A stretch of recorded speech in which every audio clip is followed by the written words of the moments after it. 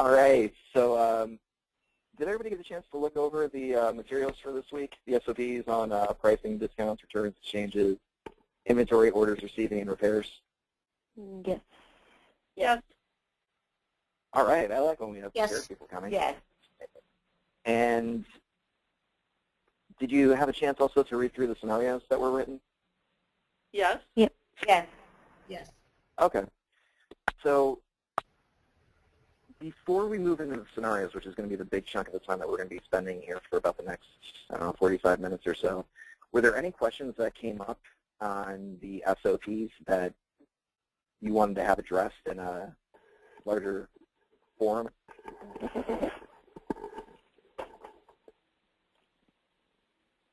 There is one of the scenarios. This is Margaret. Hey, Margaret. Hi.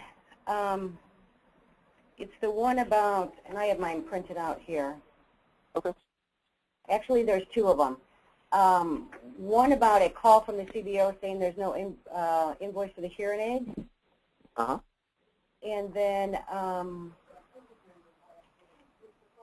about the HCP making sales after their, oh, not the termination date, but the HCP not putting in the correct invoice. Okay. All right. Why don't we start with the first one that you mentioned there? Pardon me? Why don't we start with the first one that you brought up there? The you received a call from CBO saying that there was not an invoice for hearing aids. Yes. What was the question that you had with that? Well, it says you received a call from CBO saying that an invoice for hearing aids cannot be found in cycle for a hearing aid sale. Looking in the case, it shows there were no notes entered either. How would CBO, because the way they run the reports is if on that invoice you choose due from insurance. So if the HCP or PCC didn't choose due for insurance, why would CBO calling asking for a hearing aid sale invoice? So this is an actual live example that I got. CBO got a check from an insurance company for the amount of a hearing aid that was dispensed from a office, and there was no record of the hearing aid actually leaving it. So a hearing aid was sold, insurance was contacted, told the amount of money to pay, submitted a check for it, but there was no record of it ever occurring. So that would be the patient filing on their own? From what I can understand. Okay. Well, then we would have to enter an invoice. Like right quick.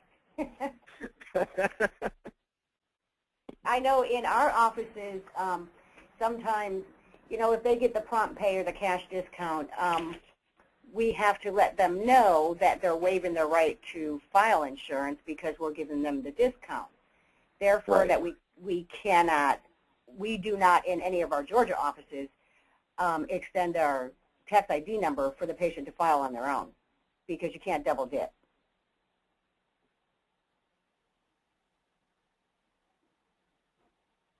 I agree. Any other comments out there?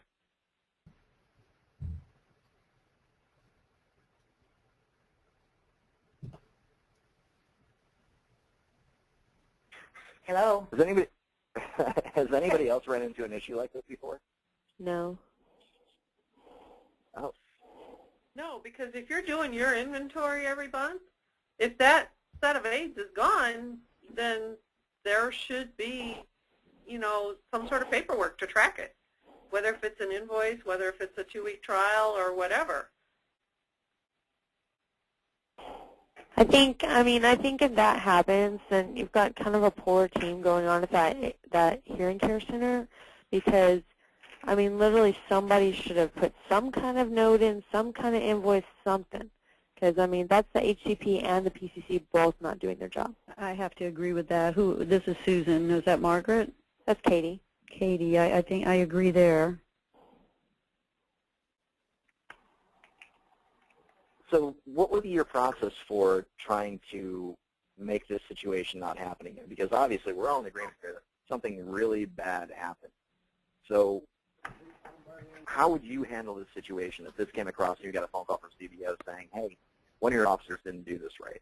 Okay, this is Susan. If I got a phone call from CBO saying that they had an invoice for hearing aids or that they didn't have the invoice, I would probably pull the chart first and look for the contract.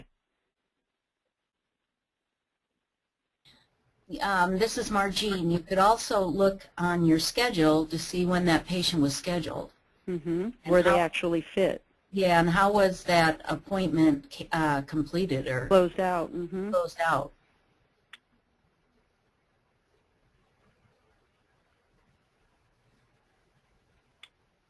Yeah, And then follow up, this is Susan, then follow up with your HCP to get the full story of how were the hearing aids sold without, there has to be something to track it with, I would think. I would say talk to the HCP after pulling the chart and looking at the contract, hopefully a contract, and the progress notes. And like the other gal said, checking in cycle to see if they were actually fit and the notes for the visit.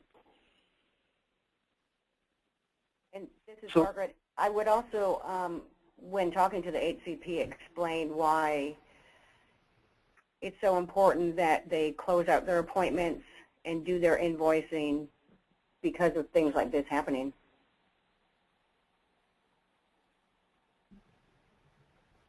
And if this is like another office that, you know, one of the PCCs in your area or whatnot, they called you for whatever reason because you're the senior PCC, you know, I think it would be real important to talk to both the PCC and the HCP at that location and kind of do some retraining and be like, hey, you know, you need to, it has to be done right because we can't have, this is a big deal, you know, and just step by step if you have to, but make sure that you explain the importance and how it needs to be done correctly. By the SOPs, step by step as a guide? Yes. Is this Gracie? This is Katie. Katie, I'm sorry. So what would that conversation sound like? I'm just curious on how you would go about approaching this subject with an HCP and a PCC. How would you lead this conversation in actually instructing them on how to do what the SOP says? This is Susan. Hey, Susan. How you doing, guys? I would probably collect as much data as I could before I made the phone call. Check in the notes, check to see how the visit went. If I didn't have access to the chart, I probably wouldn't be able to see the handwritten notes or the actual purchase agreement because that's on paper.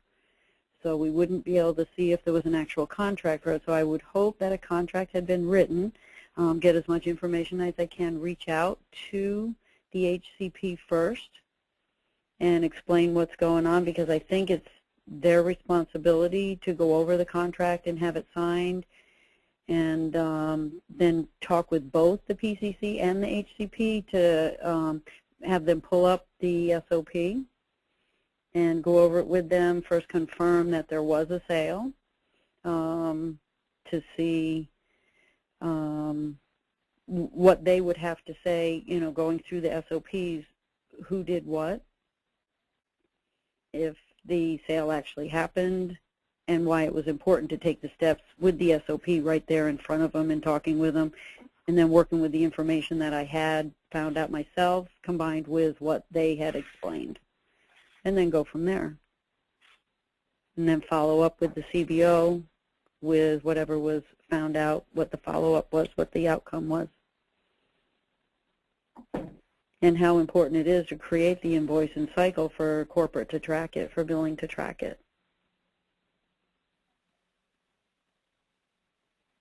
This is Lori. Hey, Lori. Hi. I would go directly to the HCP before even doing any research. I would just go to the source and just, I'm pretty familiar with all my HCPs, so I would just do it as a casual thing. Hey, what's going on with this patient? You know, you're not going to get credit for the sale if we don't enter these sales in correctly. And usually it's a busy office who maybe had an oversight Maybe they forgot to enter it in. And then if it's something different than that, then you would go to the SOP. But I would take it more in a casual manner first. That sounds really good, because it would be all in your approach and how you talk to them. Right. And then found out what was going hey, on. I got a call. You know, the CBO is calling me about this, and just wanted to check base with you and see what your take is on it, and kind of go that route. Definitely. That way you're not, I guess you're on a more friendly basis with them. Right. Because they don't want to not get credit for a hearing aid sale. That's what I was going to say, cha-ching right there. That's going to get their attention. Right. And you don't want to point fingers or blame, because like you said, I bet you it's going to be a very busy office. If it was a continuing problem, then you might see something. But if it was a one-time thing, there's probably a good reason for it. Maybe it was just overlooked or for that one time, and you don't want to point fingers or blame. Right. This is Margaret. That's all very good.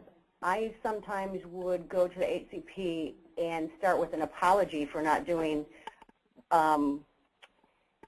fully and efficient training with them for the invoices, because even if it is a busy office or if it's not a busy office, if this happens, I'm sure it's probably not the first case. It's probably because the HCP is not doing the invoices and the PCC is doing the invoices, so the HCP has no idea what they're talking about.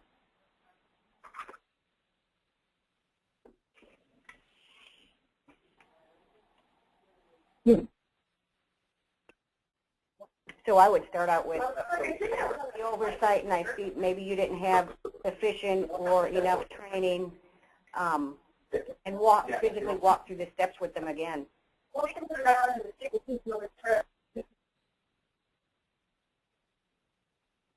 Because I don't believe most of the HCPs have the training on the SOPs that they need. Because they know that's how they get paid, is by the invoices or the deliveries, I guess, once they're delivered. Yeah, once they're delivered, but I would say a lot of the offices, the PCC is still doing that for the HCP. And in these particular cases, I would have to assume that the PCC was unavailable to do it, because that's a big mistake to make. A trained PCC wouldn't make that kind of mistake. Right. A well-trained. Correct. I'm sorry, but a trained PCC wouldn't be entering the charges. I was just scrolling through the SOPs to see whose responsibility it was. The HCP is responsible for entering charges. That's what I thought.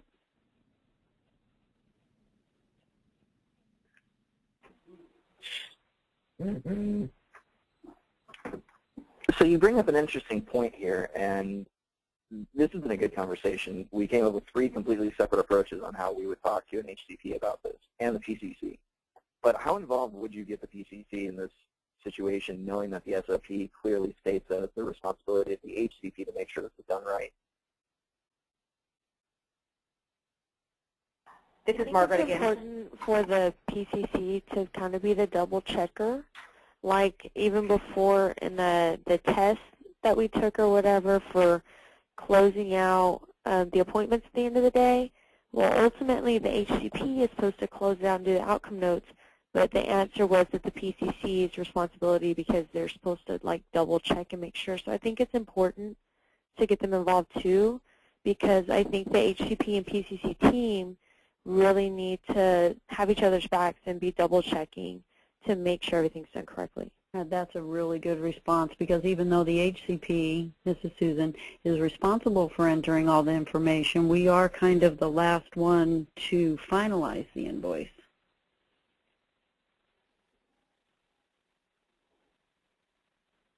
Well, it's the PCC's job to take the payment. But yeah, at checkout, paying, checkout, right. Processing that last step. And we wouldn't be able to collect the payment without an invoice. Correct.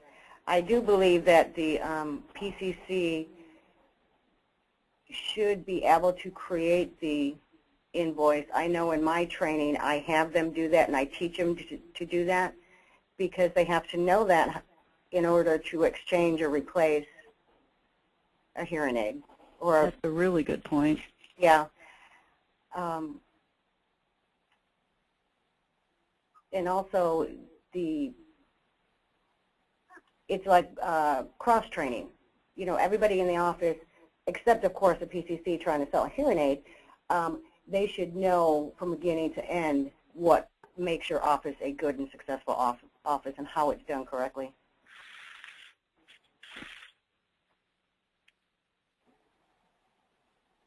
Fantastic. That was a good little conversation, I gotta say. We came up with some really good ideas for how to present this information. Would anyone be willing to kind of briefly summarize what we talked about for about the past 15 minutes as far as presenting the information and discovering how these problems came up, just to have a nice little quick soundbite, I guess?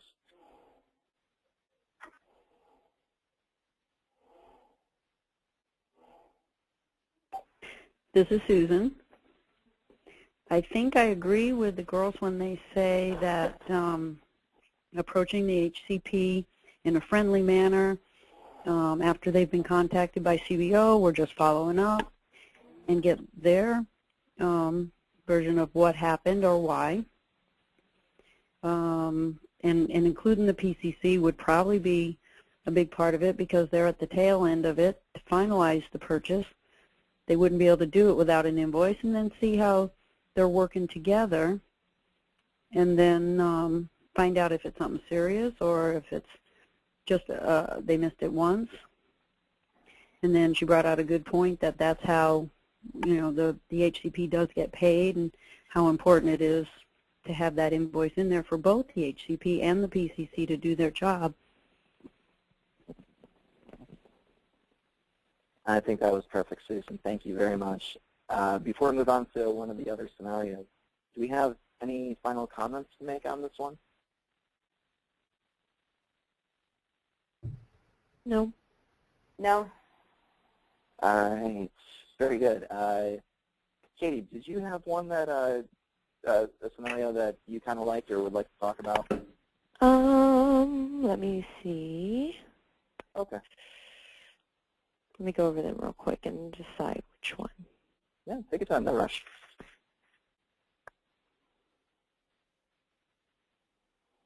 The last one, when pulling a weekly report, you notice that the termed HCPs are making sales after their term date. This has happened a few times with the same clinic. With that, I mean, literally, that you need to talk to them. Obviously, somebody's not putting their things in correctly in cycle, because it may still be to where that patient in their cycle summary still has their preferred provider as that termed HCP. And so when you make an appointment, you need to, you need to change it in cycle, who the preferred provider is and whatnot. And if you're not changing this in cycle and you're not changing it on the invoices and everything, it's still going to show that previous provider. So, I mean, it's also kind of like I have a PCC. All three of the San Antonio offices are kind of close together. And so sometimes our patients will go to one of the other offices if they're nearby. So like one of my patients from my office went and bought some batteries from one of the other offices. Suddenly this invoice appears in my on my office. And I'm like, this person never came in. I don't know where this came from. Well, my PCC at that office did not change the provider. That is exactly what happened in Jacksonville. There's two offices, Jacksonville and Orange Park. And the providers, both the HCPs, worked together. And the one HCP saw them, I think, did the eval, and then they went over to the other office, created the invoice, and it was given credit to the person that had done the eval and not the person that had done the sale and the fitting. Mm-hmm. So it's really important to just make sure this would just be the case of them, and like they may not even be realizing. I didn't train the PCC that I just noticed it, and I called both my PCCs and was like, hey, was this either of you, because I don't know who did it. and they didn't have an appointment. It was just a walk-in and battery cell, and so she didn't even realize like it was over her head. And so I explained to her and everything, but that's just you need to train and just be like, hey, this is something really important. You need to make sure that it's the right provider, or else they're not going to get credit. And if they're a return provider, well, that obviously isn't possible.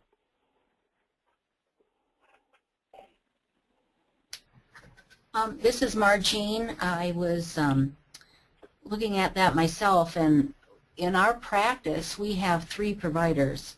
One is an assistant, but she also does batteries and things that would be a sale. And I think what I would do is train that PCC that every time she collects money, before she hits the save button after she's put the Discover card in or the cash or whatever, be sure the provider is on that invoice before you hit that save button.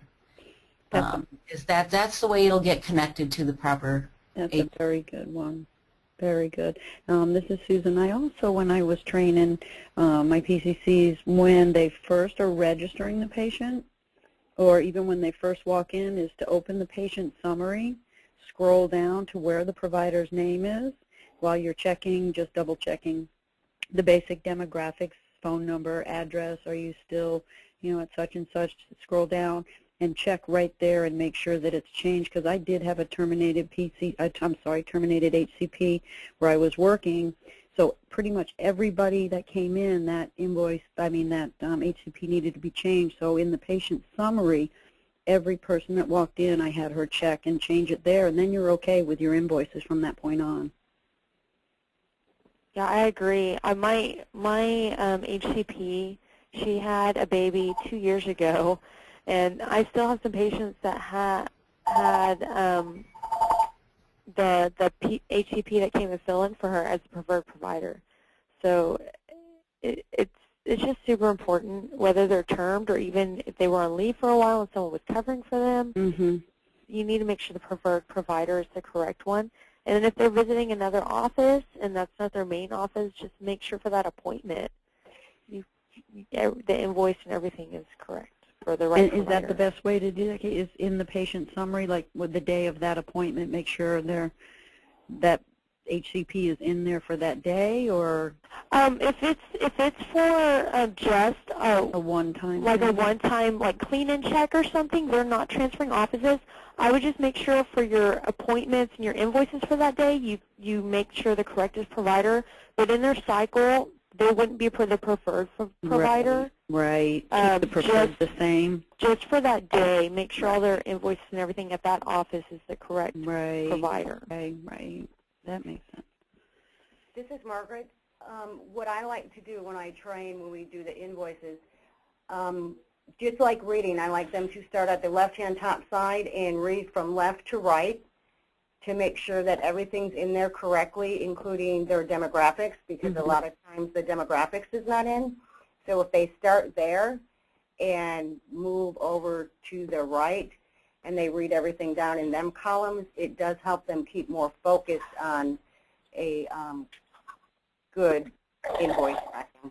Yes, like make that a habit every time you bring it up in the patient summary when the patient's coming in, or even just a phone call.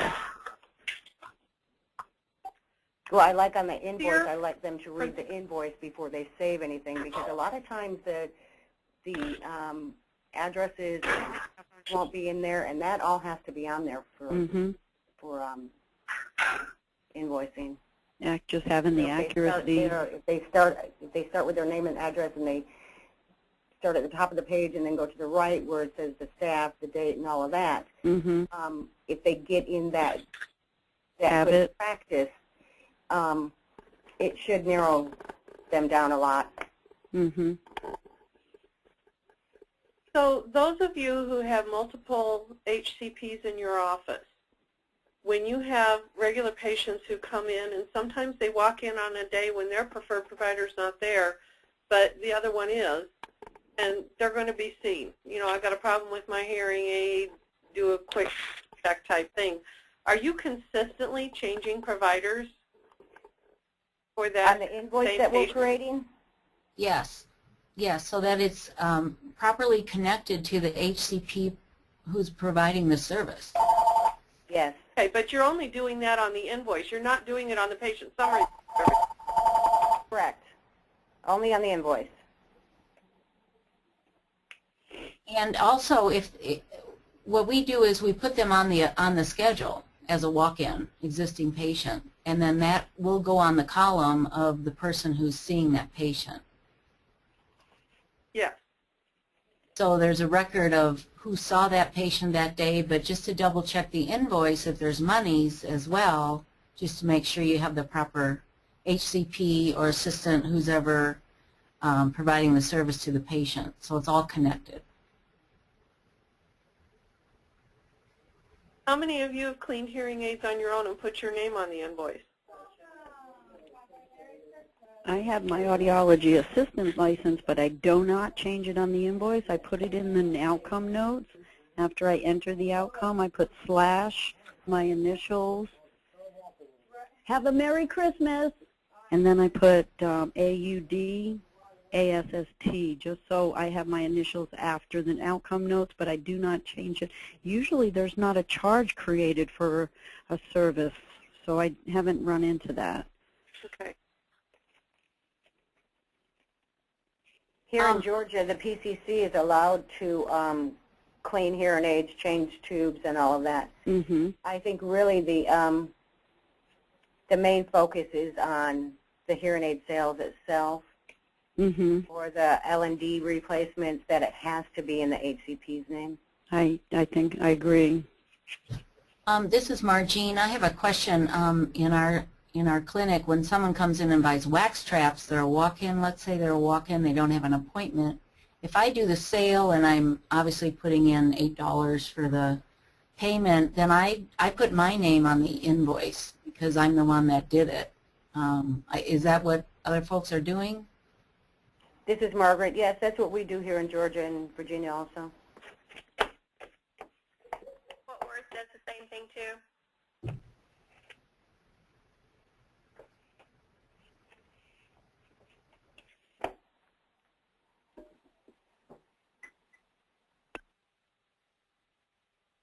We had some good conversation out of that one.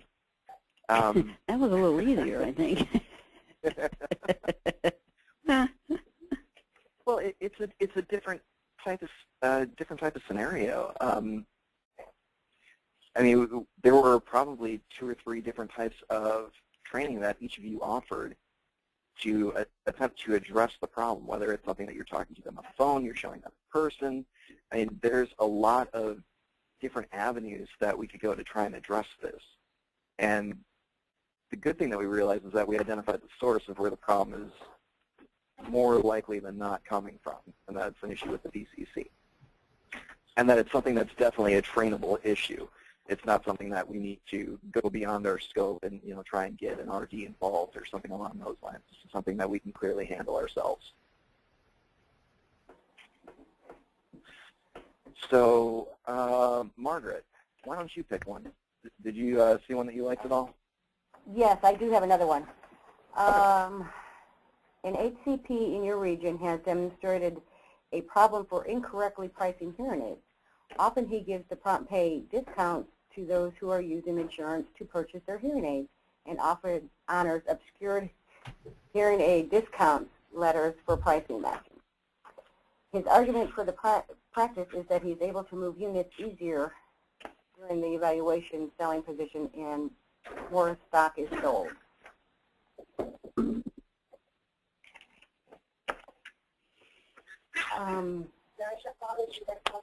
This is kind of tied to insurance. If he has no clue on to the list price and prompt pay and what our insurance agreements is, he needs more training. He or she needs more training. Mm-hmm. I agree. They need more training. It's if he's doing this, he could just be creating losses as opposed to any profit. And isn't it illegal also? I thought we had to do retail with insurance. We do. Okay. We do, yeah. Otherwise, CBO is going to send you back or send you an email. It's going to be kicked back. Correct this invoice. I can't, bill it with the discounted charges on there. So, and I do understand that well-trained PCCs do connect and talk to their HCPs about, the list price, and after she makes her calls and gets the fills out the insurance quote sheet for them. If he or she is still doing prompt pay instead of going on the list price and taking insurance also, that's an RD and HCP coverage. Yeah, it's a big issue. Because they do the invoices their own self, or are supposed to. I know a lot of them don't. Once again, then if he's asking the PCC to do it, the PCC should come back with according to the SOP. Because I do truly believe that the PCCs are more familiar with the SOPs than the HCPs. But that would also be an issue with the sales price and the RD, with what they can offer and how they can do it to make their sale.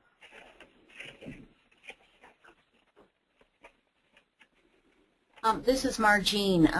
In our office, this happened just because it was an error, and my HCP was busy, and she's entering the charges and putting the prompt pay in, and then entered the due from insurance. So it just got by us, and we were notified by the billing folks with an email. So that was a learning experience.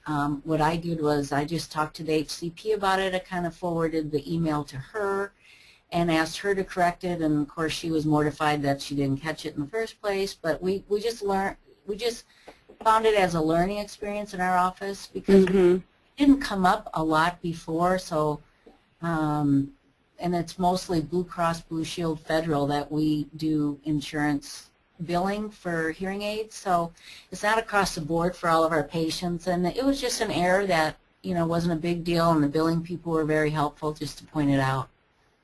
I do notice if you reach out, this is Susan, to the girls in CBO, they are very helpful to sort through things, helping you with whatever they're looking for. They'll give you specifics, but all of them are very pleasant.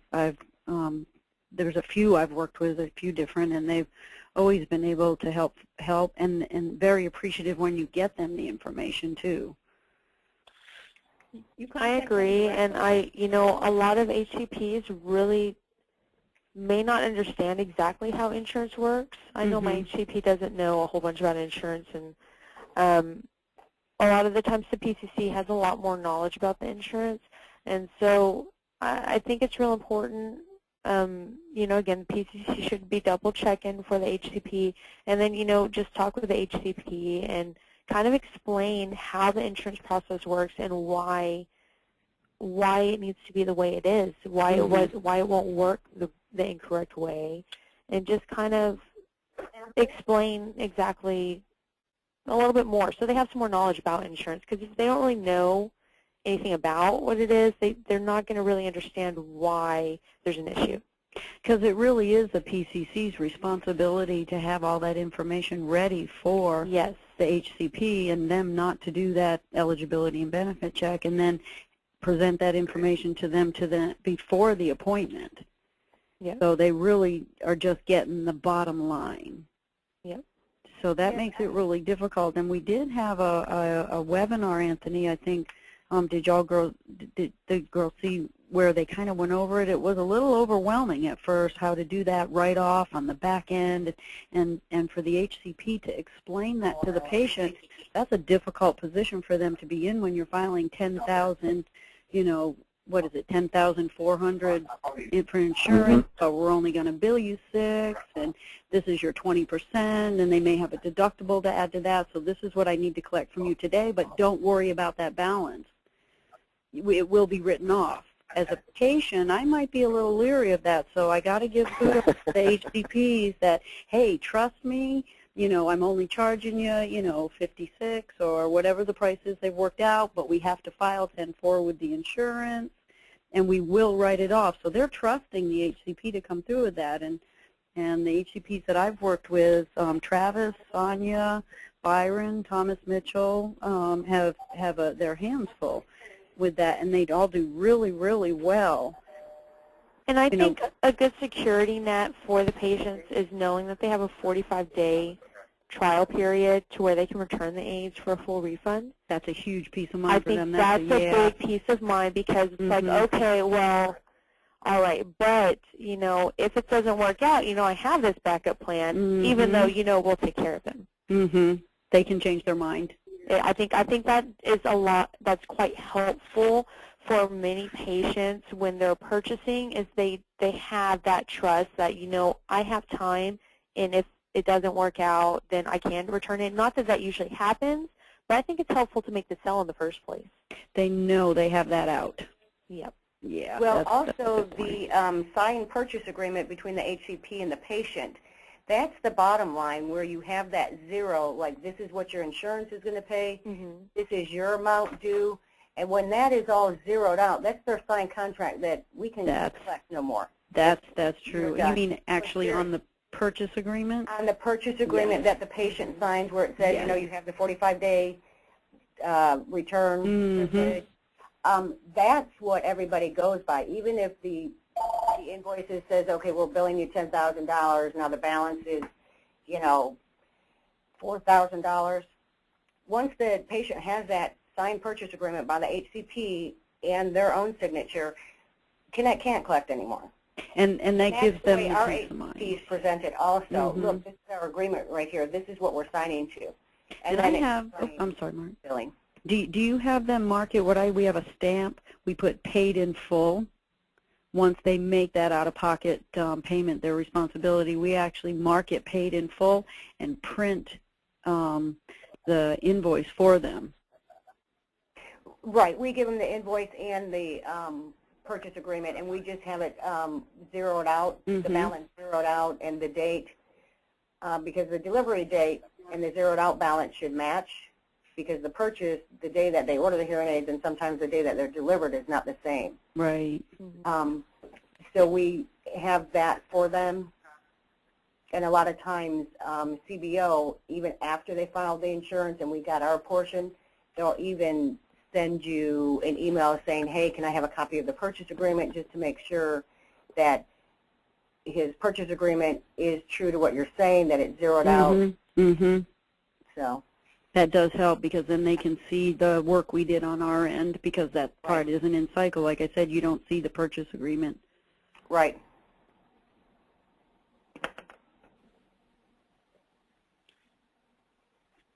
How are we doing, Anthony? I did want to make one other comment about this. So, because this scenario says he's demonstrated a problem to me that is consistently he's doing that. That's how it comes across. Yeah. That's how it came across to me, and that's why I brought up it should. That's when you need to get the RD involved. If it's a cause and a problem with CBO emailing you, you know, hey, look, this is wrong, this is incorrect. You know, that's between HCP and the RD.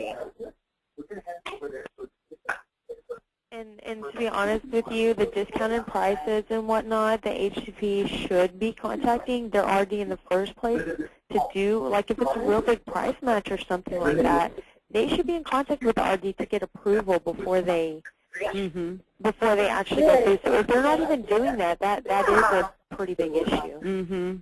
I don't think I've ever worked with an HCP that hasn't reached out to the RD texting or whatever to get the authorization. And do you guys actually put, like they said in the, I think it was webinar, RD approved adjusted amount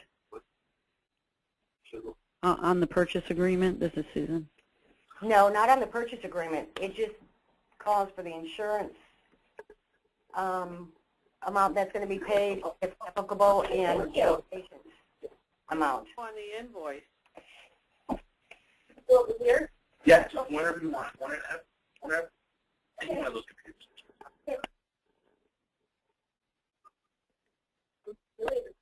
It's a little full. So it seems like we're all in agreement right now for what the proper procedure is for handling an issue like this.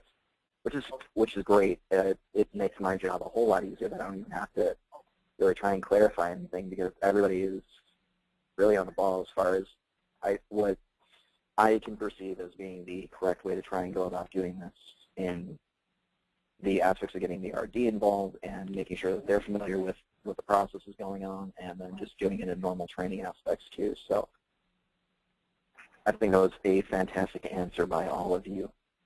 I think we have enough time maybe for one more. I'm going to have to cut this meeting a little bit early. I have a training that I'm going to need to start promptly at 9. But I think we have enough time to fit one. Anybody want to volunteer one real quick?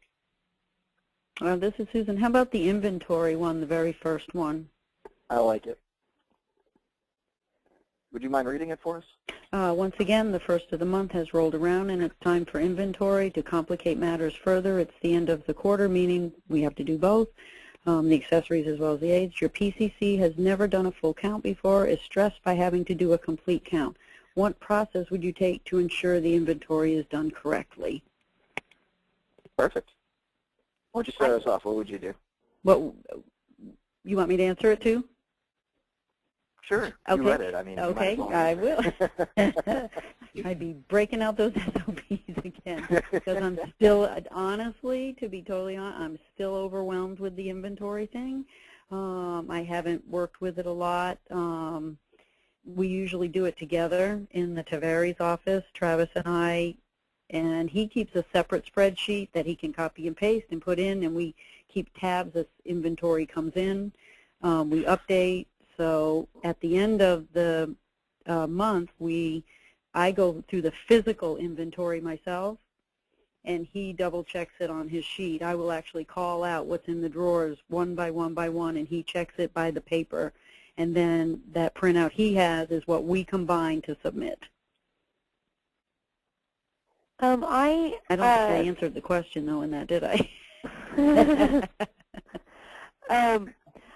You know, if my PCC was having a lot of issues, you know, the way I would just have them kind of step back and be like, just do one thing at a time.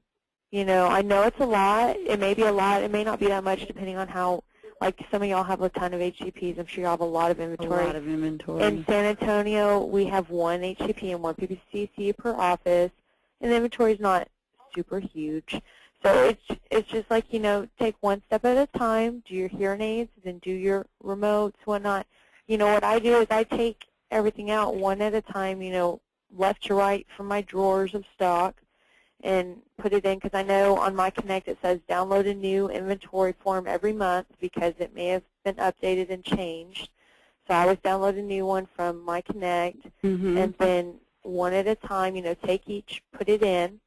And then, you know, of course, you got to go to Cycle and do grab your report, and the PCC may need help figuring out where that inventory status report is and grab that so you have the aging report. I would just go, you know, kind of take a breath. It's not as hard as it seems, and, you know, let's just do one step at a time. And so start out, you know, take a couple boxes out from, start on one side, put those in, grab the next batch, just go all the way out. If you have any questions, give me a call back. But once you're all the way done, you know, print out what we do at my office, we print out the Excel sheets, and I hand it over to my HCP, and my HCP goes and double checks, and once she double checks, I email it off. You feel good about it? Yeah. Yeah. Well, let me ask you this, and that's how we do it too. We do a physical count of what is literally in the office of the remotes and hearing aids and receivers. But sometimes then you have to go back and print out what your inventory says in Cycle, and I think that's where a lot of people get confused. If they don't the inventory keep status accurate records, you know, if they don't have all their hearing aids marked out as loaners, if they don't have them checked in from inventory, if they didn't check them out, I think that's where the problem lies, and that's what takes up the time. So they have to compare that list that is already loaded and recorded in cycle to their physical inventory list. I know that was kind of a big deal for my office at first because the inventory was all kind of, it was kind of all skewed and it wasn't correct in cycle as compared to the office. There were even some loaner aides that had been here for like, there were like some flex trials or something like that, and they weren't even in cycle, but they've been here for like longer than I have. And same here. I think that was the first time around, you know, if inventory hasn't been done, because it was a new process, you know, across Connect just a few months ago, you know. So at first it was a pretty big process, but I think once you got that cleaned up, and it's just important for all the PCCs, you know, make sure, you know, all your PCCs are real diligent about when you're returning it for credit. You go to that inventory status and you do that, you know, while you're getting it in your FedEx thing. When you get it in, check it in. I think it's just important, you know, once that first cleanup is done, after that it's going to be a breeze. Once you stay on top of it. Because it's going to be the same every month. You can look and it's all going to be the same. It's just that first cleanup is going to be kind of hard if they haven't done it yet. Right, and that's a very important part in training, is train them how to keep good inventory, and because if they let it get away or they push it to the back, it's going to be a mess for a couple months until that PC is up to speed. Yeah, I agree. I think when you're training a new PCC, it's very important to stress to them that daily, whatever comes in has to be noted, whatever goes out you have to know, and if something's on loan, you need that in the cycle report so that, you know, when you run your cycle report, loaners and stock, you haven't matched what's sitting on your counter, so you can do your physical count. So it's just a matter of stressing to the PCC the process of doing it daily, staying with it, and then monthly it's just a double check for the month of what might have gotten right. Right.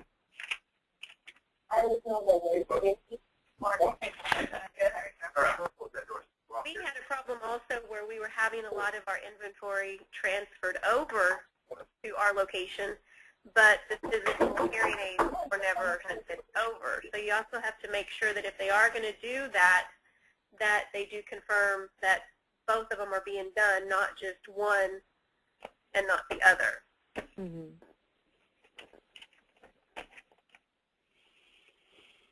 I got a question. How do you motivate a solo HCP to keep accurate inventory records? That's the problem I'm running into here. We're putting them in as we're selling them. Yeah. I'm adding it to the inventory, turning around, creating an invoice. How many days is the office open? 5, full schedule every day. And he's a solo HCP? Was, yes, for it's kind of, it has been off and on, but mostly she's on her own. Does she have a PCC now? I'm the senior PCC filling in because the other girl was let go, and the 2 before that also. Oh, okay. No, I take that back. One was transferred, and the other one, yeah, she hasn't been here consistently. So I'm going to she's step in really here real quick. in a Not tough to spot. interrupt you. I'm sorry. This is a fantastic question to address, and there was a reason I was cutting you short, because there's an exercise that I want to do around this. So in order to help foster our talking with one another and getting answers down, and unfortunately not everybody was able to participate in the conversation, what I want to do with this is to start off our first SPCC email forum for a sense. So what I would like you to do is to present that question out to those of us in the group and make sure that all of us are CC'd so the 10 of us that are in here can get this email. And then I want us to respond to this email and try and figure out how to go through and accurately diagnose how to get a solo HCP to properly maintain their inventory. Or and then there's even one specifically solo, Anthony. I'm sorry to interrupt you. Yeah, it doesn't have to specifically be solo, but that's kind of the route that we were going with that conversation. And there's one other scenario that I would like to cover, and it can, whoever sends out the email is more than one. Actually, I'll send out the email. We'll make it easier that way. Yeah, definitely. And then I'll send out the email, respond to the email, and I'm going to include one other scenario. I don't know which one I'm going to use yet, unless if somebody has one that they're really burning that they want to talk about. If you do, send me an email and let me know, and I'll include that one on there. And then throughout the rest of this week, I want us to be involved in emailing each other back and forth, because once these calls get done, we're not going to be able to constantly be involved via telephone conferences where there's 10 of us on here to answer each other's questions. We're going to have to rely on email also. So I want to get a little bit of practice on how that should look, if that works okay for everybody on the phone. Okay, Sounds sure. good. Okay, sounds good. All right. So you will be getting an email from me. It'll include the first topic of getting an HCP to maintain proper inventory, and there'll be one other one off the list that we reviewed. If there is something on that list that you're bummed out that we didn't get a chance to cover, or you need a little bit more clarification on, give me a note on it, and then I'll make sure that we address that first time off next week. And as things are standing right now, our next session should be on the 22nd at 10 p.m. Central Standard Time. 10 p.m.? AM. Yes. Okay.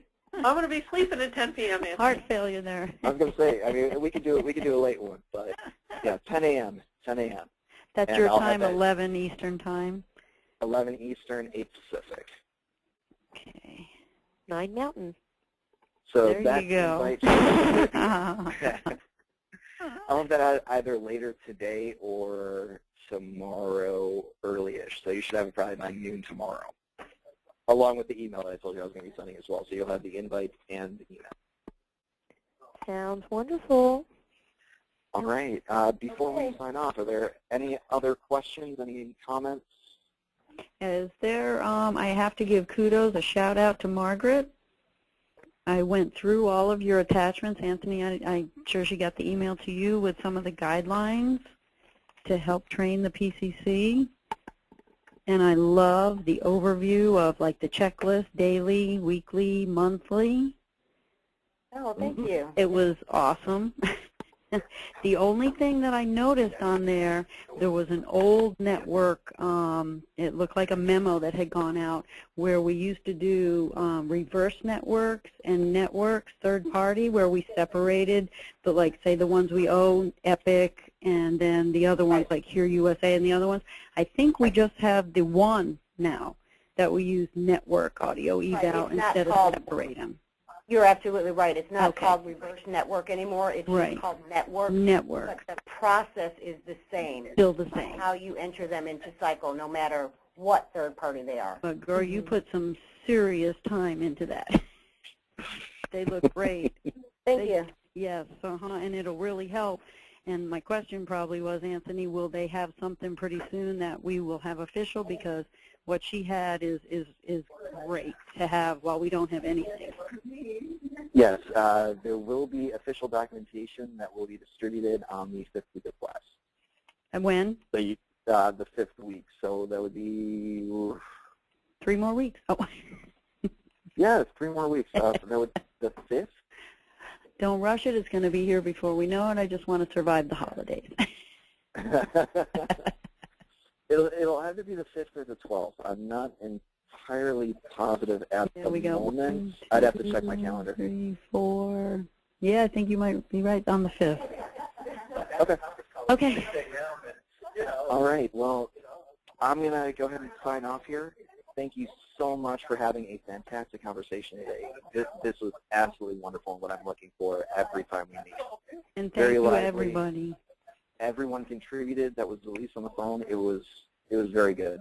This was recorded, so if you want to go back to it, it'll be posted up on that link that did not want to work very well last week, but everything should be working now. And that's all I've got for today. Anthony, ladies, thank you so much. Thanks. Have a good week, everybody. Have a Bye. nice. You too. Take care. Bye bye.